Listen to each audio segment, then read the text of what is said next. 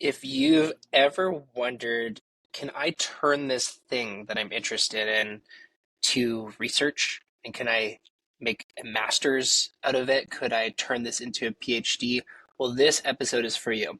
We get to talk with Catherine, who's our lead essay editor and writing coach, and she's also an advisor with us at AdmissionPrep.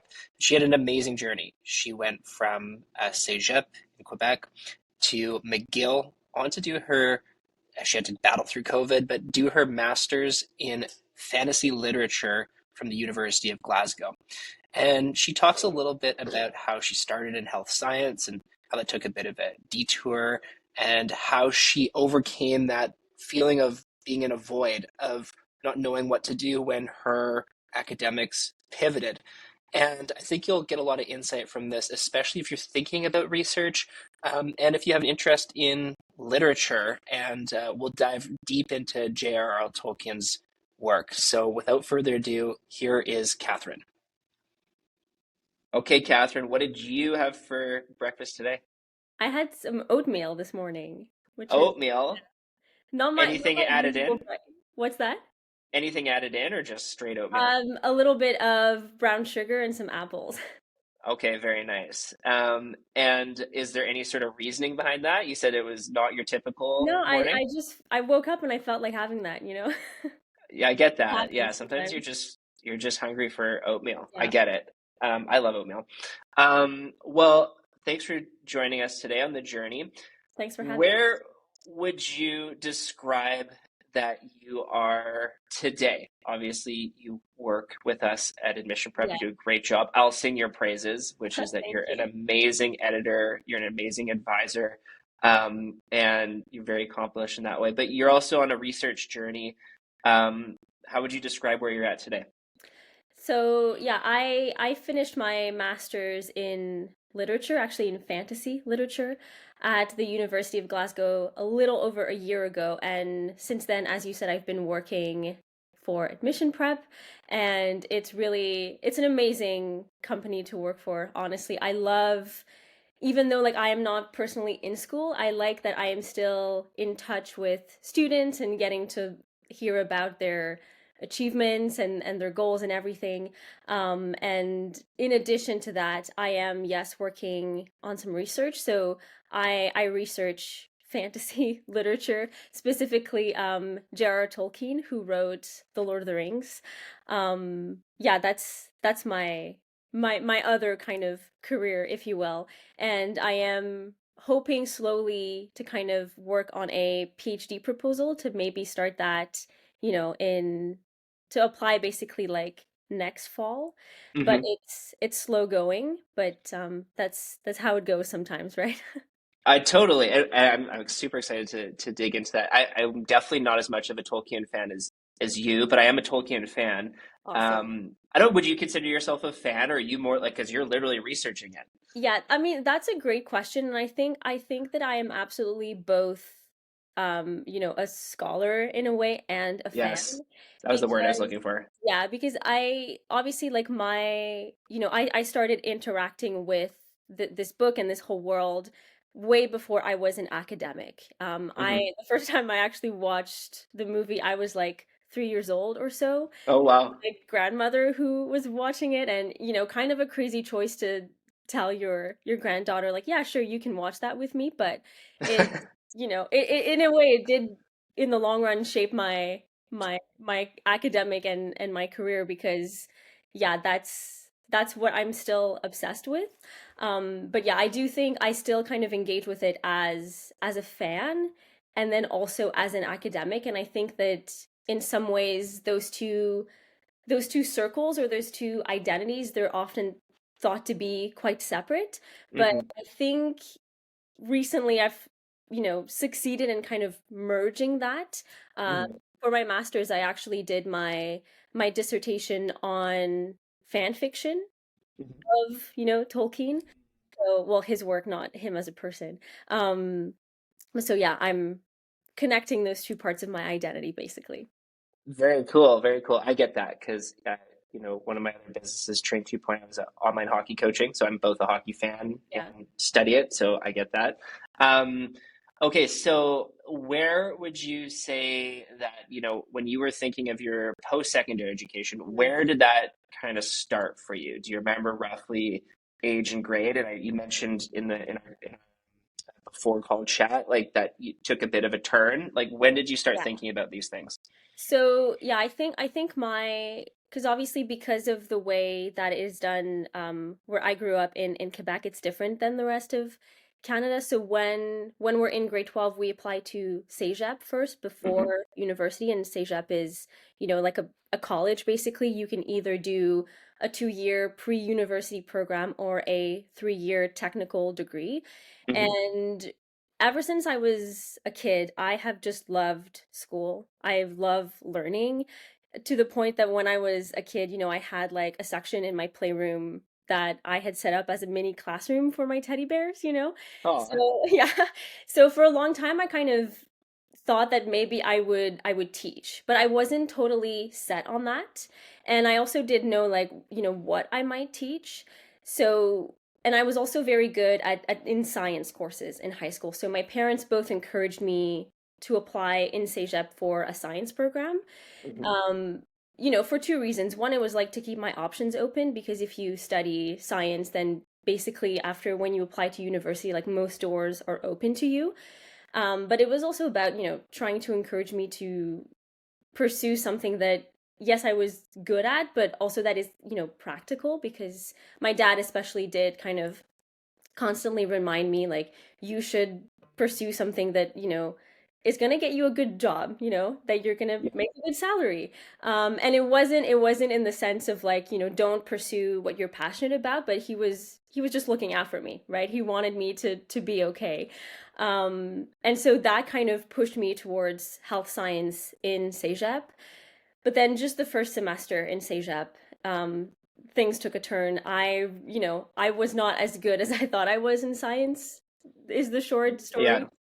The transition was quite intense. And I also did high school in French.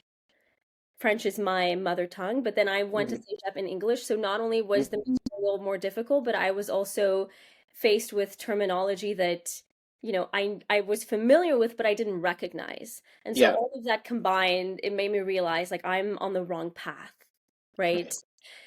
So then this is where I started kind of thinking, what am I going to do with my life? And for some reason, I've always been a big reader. I've always loved literature.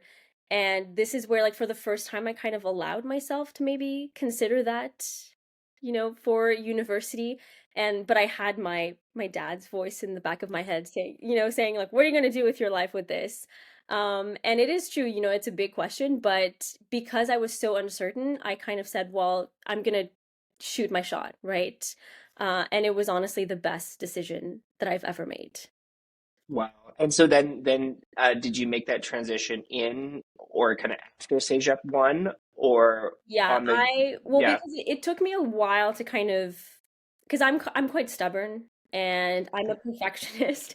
So when that first semester did not go well, I was like, I have to keep going, right? Because I can't, now that I'm here, right, in this program, I like didn't want to admit to myself that I didn't like it and then I had made like the wrong choice.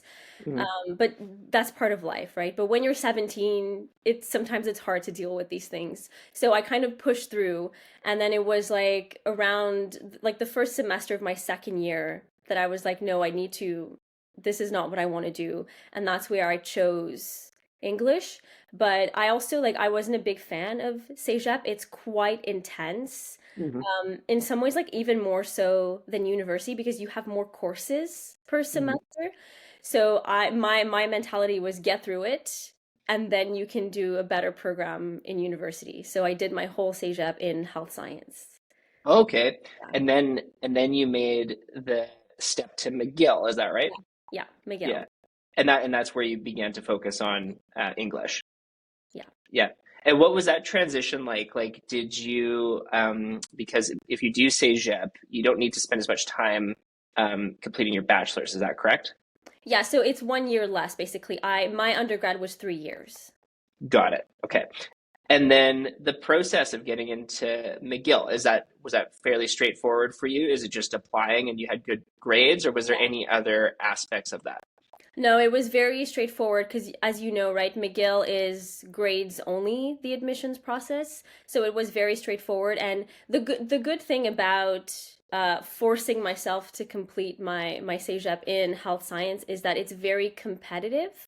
And Mm, so McGill does see that, right? They see like you got this really strong average in Cégep. And so I do think that really helped me get into McGill. So I wasn't nervous about getting in. I was nervous about what am I doing, right? Like yeah. changing paths at this point, going into a degree that sounds really cool, but then after that there was basically just a void, right? I was like, what am I going to do? I don't know. Deal with that later. That was the scary part for me. So I want to come back to how you navigated that void, but do you recall what your like grades were going into McGill? Yeah, so well, it's a little bit different in Cégep. This is another thing that I did not like about Cégep. Your own grades, like your final grades, they do matter, and McGill like does consider that, but they also keep into consideration what we call an R score. And I'm not going to go too much into detail about that, mainly because I think half the population of the province doesn't even understand what an R score is, but Okay. it basically kind of calculates your grade versus the course's average. Hmm. So a short explanation is like if you have a 90 Yeah. and the average is an 89, your R Hmm. score will be for that course lower than if you get a 70 and the course average is a 40. So Right. yeah. So somehow, even though I started really rough, I did manage to get a decent R score, mainly Hmm. because even though like I very nearly flunked all my physics courses, I had Right. like a 100 in English. So overall, it looked fine on paper. So that definitely helped me get into McGill. But yeah, it You was had a hundred in English. yeah, for only two Incredible. semesters. Um, Okay. and I honestly think like the teacher was just it was not a harsh enough grader because Right. I don't want to sound like that person who's like I don't deserve the good grade that I got, but it's, how can you get 100 in English, right? There's always something that you can do better. I think there's always a part of your analysis that you can refine. So I think like in some ways, I might have felt better if I'd gotten a 95, knowing Yeah. that it had been like hard earned because he was, a harsher grader than a 100. But hey, it helped me get into McGill, so I'm not going to complain too Yeah, much. and don't complain too much. But I agree with you because I kind of always perceive like math is one where it's like, okay, you can get a perfect grade because Exactly. it's like you have the questions and then you have, did you get them right? Like Yeah. that's pretty much it. But then English is exactly that because it's like, can you really give a Yeah. paper a It's 10 out of 10? it's not about because I don't want to feed into the misconception that English is subjective, right? Like Hmm. it's not like up to the whims of your teacher what grade you get. Like it's a Yeah, bit more precise than that. But for sure, I think,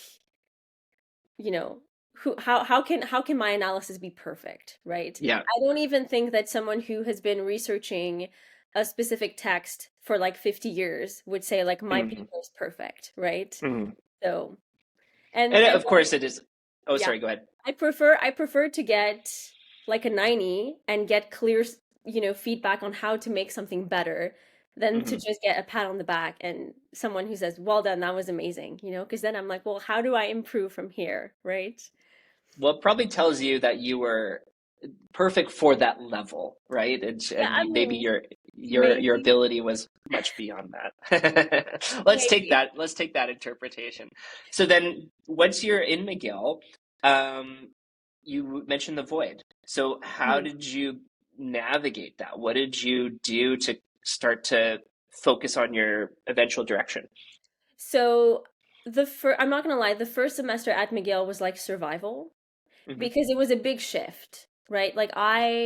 Like yes, I had studied English in high school and a little bit in CEGEP, but it's a completely different level, right? I think maybe lots of people go into this degree thinking like, score, I'm going to get graded to read books, which sounds so fun. And it is. It was a really fun degree, but it's a bit more than that, right? Yeah. And so I guess like the theoretical side of things was difficult for me at first to get used to, along with just the volume of things that you have to read, especially in your first year when you have these big like survey courses where basically you are covering like from, the medieval era up to the 17th century.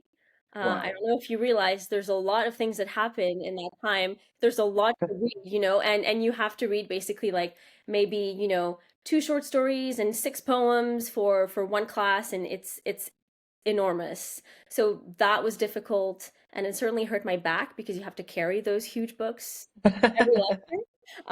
But after, once you get those big like foundational courses out of the way, it was okay. But the good news is that the void cleared sort of on its own because, as I said before, like I was really interested in potentially teaching. And so my idea was, I'll do my undergrad, I'll do my master's like in education, and then I'll teach English. But then, like 1.5 semesters into McGill, I realized that I loved research. Mm. And I realized that even like in the beginning, I was like, well, research papers is something that I'm just gonna have to do to get my degree. But I really fell in love with that process. Mhm. And this is where I realized that maybe I wanted to dive deeper into research, and that's what led me to my master's, and now is leading me to work on a PhD proposal. Very cool. And so was it sort of that you were doing research in classes at McGill Yeah. and then you realized like, wow, this is awesome. And then you like in your fourth year, or did you apply to, or I guess your third year, did you apply to your master's program or did you wait a year or how did that timing look? Yeah, so actually, when I was one thing that I had in mind when I started McGill was doing an exchange. Mm-hmm. I love traveling, and I was like, that just sounds like such a cool experience, Mm-hmm. right? And so I started researching like what universities I might study at for a semester. And I was interested in either like England or Scotland, and that's when I discovered like this summer program fully dedicated to fantasy. Cool. And I was like, that sounds awesome, right? I want to do something crazy and apply to that. And then COVID hit. Uh, And so now I could no longer do that. And I did most of my undergrad online, mhm. but I still had that idea of going abroad potentially. And when I did a bit more research, and I found out that that summer program at the same university, the University of Glasgow, they also offered a master's specialized in fantasy literature. It's the only program of its kind in the world. And I was like, Wow. well, what's the next craziest thing that I can do after a 1 semester exchange? I'm gonna apply to do my master's there. So that's what led me to that. Very cool. And then so then you and that was right out of university, like after or That was the plan. yeah. And then unfortunately there was, because it was like right after, the big of the pandemic, there was a huge housing crisis Mm, in Glasgow where I was going to study, and I really struggled to find an apartment. So I made the very difficult decision of deferring my offer to a year hmm later, hmm which in the moment I thought my life was over. I Right, thought like I've made this crazy decision and now it's backfiring, right? right. But again, life has a weird way of, setting you on the right path. And it was the right thing to do because in that summer between graduating from my undergrad and when I was supposed to go to Scotland, I was racked with anxiety. I was like, what was I thinking going so far away from home? Like, I'd never lived on my own either. Like I was at my parents' for my undergrad. So I was freaking out. I would wake up in the middle of the night just staring into darkness thinking I don't know what I'm going to do. And again, because I'm very stubborn, I could not admit to myself and to my family that like I didn't feel ready, right? Hmm. But Hmm. then when I had to defer, it was tough, but a year later, I had zero anxiety, right? I was ready. I knew that this is what I wanted to do, and yeah, it all worked out in the end. So sometimes, you go through rough patches, and in the moment, it's for sure hard to tell yourself like this is happening for a reason, but I really am a firm believer that things happen for a reason. So, It sounds like it for sure. And so with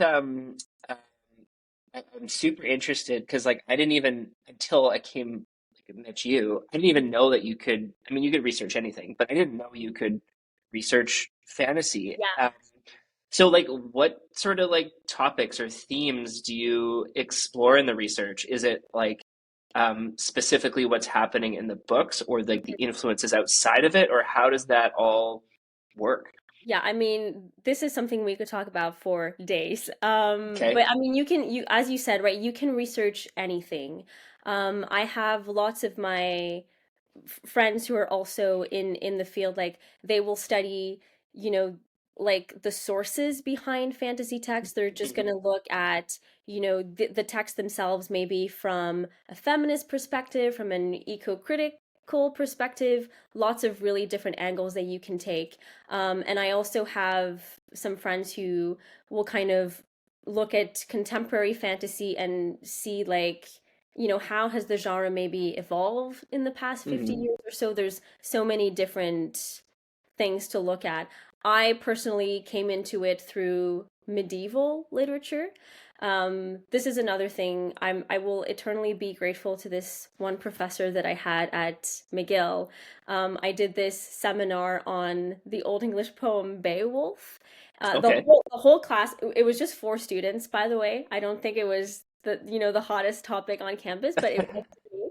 And the whole semester we were just translating the poem. And Wow. our main assignment was to write a research paper. And the professor was like, as long as it connects to the poem, you can do whatever you want. And this poem in particular is something that greatly influenced Tolkien's work, who, again, he's Mhm. my favorite author. And so throughout the course, I kept, coming up with these connections between the two texts. And even though like my professor had told me, like, it has to be focused on the poem, right? But again, sometimes you need to just trust your gut and take a chance. So I went to the professor and was like, I have this kind of crazy idea. I want to do it on, yes, the poem, but also on The Hobbit. And she said yes. And that's where I kind of realized that fantasy did not have to be something that I just read for fun side, separate from my career, right? It was worthy of academic investigation. So again, I'll forever be grateful to her for that. Very cool. Very cool. And one thing that amazed me about Tolkien, you'll know much more about this than I do, but or correct me if I'm wrong on this too. If it sounds like what he did was he created the entire world and Hmm. languages first, and Yeah. then the story kind of sprang from that. Is that Yeah. process or understanding correct? I mean, yes, it's definitely the way that he describes his own creation. But if you look at, his earliest works, you can see that both kind of his invented languages and his creative works, they kind of evolved separately and then they kind of emerged very early on. But you know, he did not like write a whole invented languages and then was like, I need to now invent a people to speak them, right? Those two things did somehow happen in tandem, but yeah. But for sure, if you read Tolkien's letters, he says like, I, first created the language and then I wanted to create a people who would speak that language. So that's the way that he saw his own work. If you look at the historical evidence, let's say it's a little bit more complicated, but yeah. Well, one sounds better, and Yeah, for sure. the revised history often sounds better. So, but the real world is usually messier. So, very cool.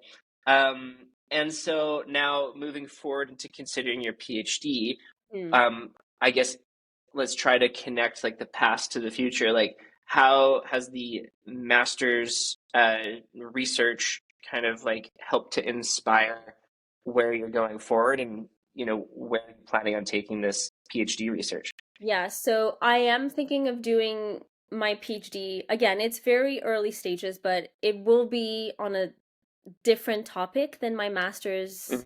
dissertation, but it's still going to be about Tolkien for sure. There's never been any doubt in my mind about that.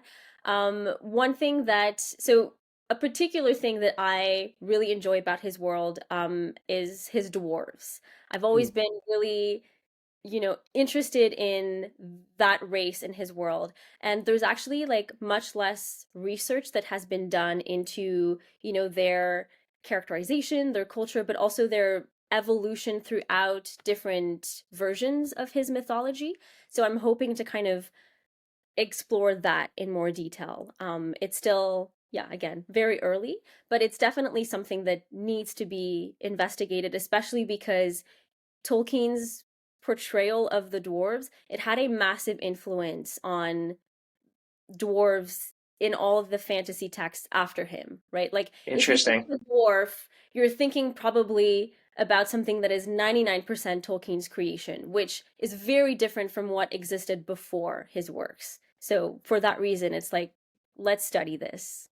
Very interesting. That's really cool. All right, so then as you conceptualize this, what is that process like? Like, do you go, do you spend a lot of time, thinking about it, kind of like trying to connect the dots in your head, kind of before going forward, and then how does that sort of mesh with finding a, school program and like a graduate advisor to like work with? How does that all fit together? Yeah, so I'm someone who probably does too much thinking and too much researching Okay, before she starts to put ideas down. And this is something that my supervisor for my master's, she told me. I was like in her office one day and I was going over, loads of different thoughts and research papers again, and she just looked at me and she was like, I think you're ready to start writing, And I right. was like, what? And she's like, just start writing. And sometimes I still struggle to apply that advice. But yeah, I do lots of, thinking, note taking. I go back to the texts all the time and try to look at them from different angles. And I also try to read existing research because, when you're doing research, it's not just you and your notebook, right? You are entering a conversation. And so you need to say, what have people said before me? What have they missed? What do I maybe disagree with? And I find that that is what sparks my writing the most.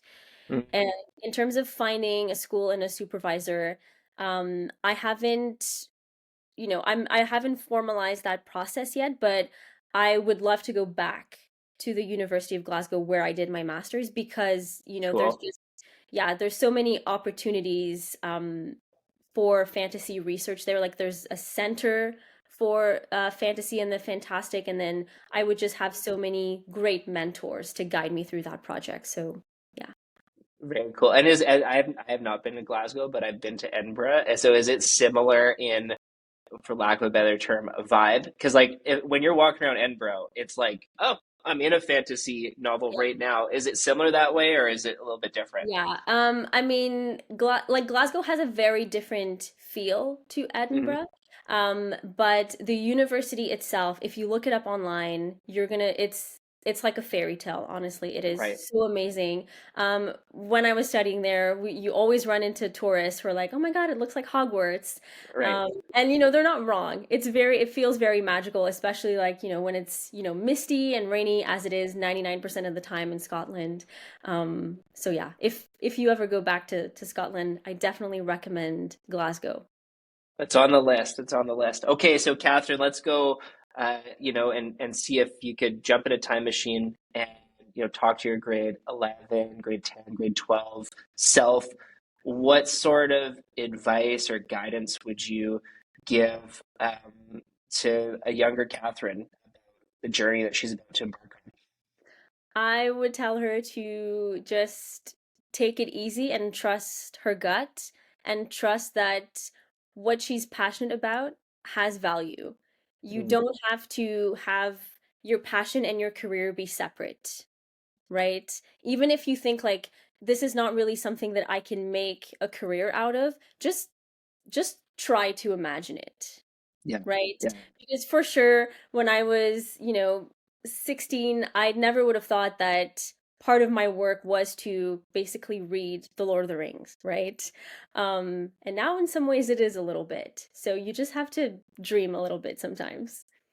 I heard a saying the other day, which was something like one idea taken seriously can like go do much better than like the right idea per Oh yeah. se.